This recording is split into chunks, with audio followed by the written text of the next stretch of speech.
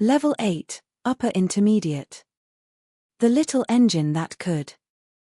A train once carried toys and food across the mountains for children. But one day, the train broke down at the foot of a steep hill.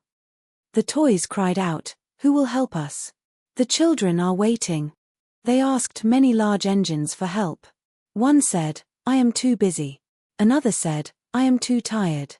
None of them agreed. At last, a little blue engine stopped.